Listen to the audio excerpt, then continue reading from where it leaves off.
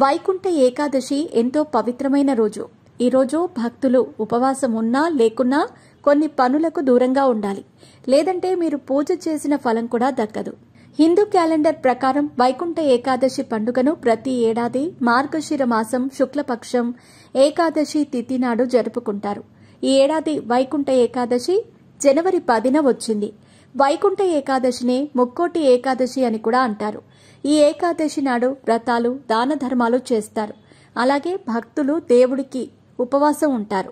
బిజీగా గడుపుతున్న లైఫ్ లో చిన్న బ్రేక్ తీసుకుని ఎంజాయ్ చేయాలి అనుకుంటున్నారా? అయితే వెంటనే ఆర్వీ వెకేషన్స్ ప్రైవేట్ లిమిటెడ్ ని సంప్రదించండి. మరిన్ని డీటెయిల్స్ కోసం సంప్రదించండి 7997979960. చాలా మంది ఈ పవిత్రమైన రోజులు శ్రీ మహావిష్ణు భక్తులు దేవుడి ఆశీర్వాదం అనుగ్రహం పొందటానికి నిష్ఠగా ఉపవాసం ఉంటారు.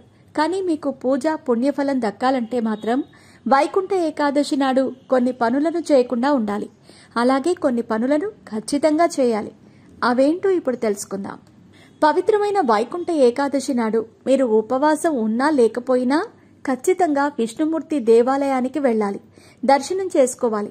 ఒకవేళ మీరు ఆలయానికి వెళ్ళలేకపోతే మీ ఇంట్లో ఉన్న మహావిష్ణువు విగ్రహాన్ని పూజించండి. దీపాలు పూలతో అలంకరించండి. చాలా మంది వైకుంఠ ఏకాదశి నాడు విష్ణు భక్తులు ఉపవాసం ఉంటారు.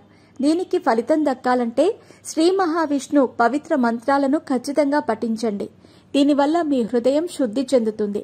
అలాగే మీకు ఆధ్యాత్మిక పరిపూర్ణత దక్కుతుందని పండితులు చెబుతున్నారు. ఎంతో పవిత్రమైన ముక్కోటి ఏకాదశి నాడు భగవద్గీతను చదవటం ఎంతో శుభప్రదమని శాస్త్రాలు వెల్లడిస్తున్నాయి. అందుకే ఈరోజు భగవద్గీతలో ఉన్న శ్లోకాలను పఠిస్తూ ఉపవాసాన్ని పూర్తి చేయండి. శ్రీ మహావిష్ణువు అనుగ్రహం పొందాలంటే ఈరోజు ఉపవాసం ఉండాలని పండితులు చెబుతున్నారు. వైకుంఠ ఏకాదశి పూజాఫలం దక్కాలంటే మీరు ఈరోజు పేదలకు దాన ధర్మాలు చేయండి. వైకుంఠ ఏకాదశి రోజు మరి చేయకూడని పనులు కూడా కొన్నున్నాయి. అవేంటో చూద్దాం. శాస్త్రాల ప్రకారం ముక్కోటి ఏకాదశి నాడు అన్నం తినకూడదు. అన్నం ఒకటే కాదు, ఉల్లిగడ్డ వెల్లుల్లి కూడా తినకూడదు. అలాగే మాంసాహారం కూడా వైకుంఠ ఏకాదశి నాడు తినకూడదు.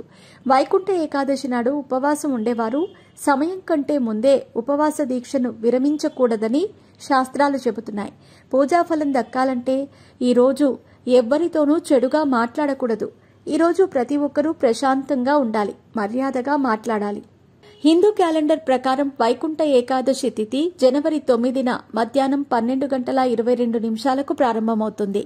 అలాగే జనవరి 10న రాత్రి 10:19 ముగుస్తుంది.